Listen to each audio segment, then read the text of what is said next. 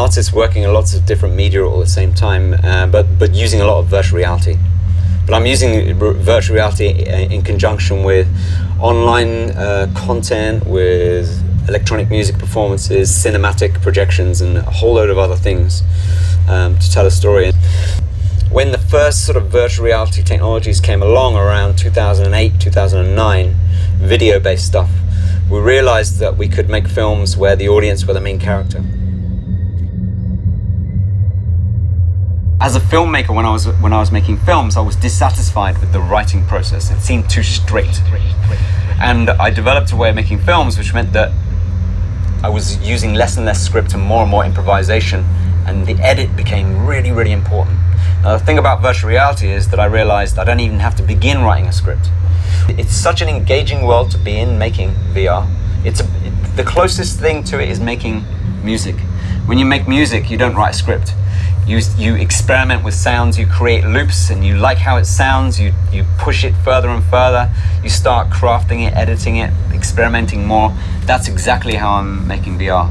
And the difference, I guess, is that say I'm making music, generally there won't be a story, but with VR, because it's visual as well as aural, you can't, if I put 2 or 3 things in a room, you can't help but begin to piece a story together, because we're human beings. So that's quite an interesting thing to think about in terms of us and how we see the world, but it's also an awesome place to make art, you know. So virtual reality for me it's a liberation. The world is like that.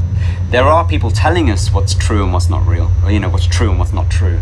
But all of that's bullshit, you know. They're just putting a narrative over something that's quite chaotic. So I like the idea of, instead of trying to tell a story very specifically to an audience, to present the world of that story and let them try and make their own sense of it.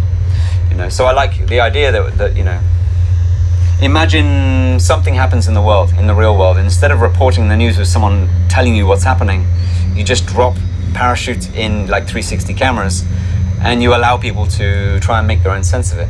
Well, that in a way is what I'm trying to do with the stories that I'm telling, is that I'm parachuting cameras into moments in a life of somebody, and it's up to you to make the story. And the reality is, just as I can only ever make me when I'm making art, you can only ever really see the story that is you.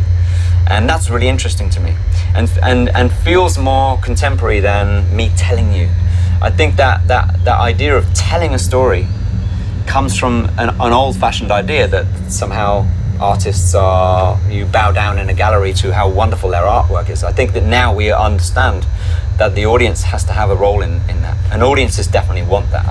We know that from all of the audience trends across all different media. You know, computer gaming is the biggest media on the planet by double anything else, and the reason is because people have a role and they have to create their own story in that world. They have to seek it out. I think that's a more honest engagement with audiences. I think that what's interesting is that virtual reality is a medium which anyone can make. You know, the software to make it is free. It's easy to learn how to make this stuff, and there's been a long time where the artists have been a very small voice in the world, because the voices of the other voices in the world, public relations, marketing, are so loud and so they have so much cash, right?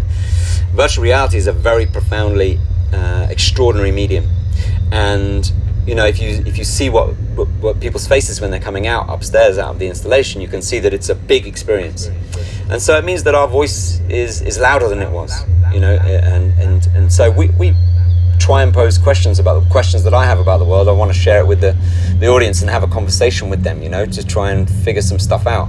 I think what's great about VR is that there are people coming now that wouldn't have come before to this kind of stuff. And I've really seen that, like in a place like this where it's free, where people can just walk in off the street. Similarly in New Zealand, there was a place that I did that. Literally everyone from the town in New Zealand came. It was a very small town. So this is great, because then we're having a much bigger conversation with a much bigger group of people. And I think, you know, I don't want to exist in a niche. And I don't want to have to become poppy to reach a lot of people.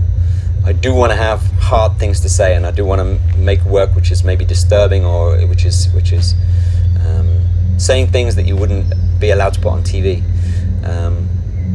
So it's a perfect medium for that kind of thing, I think.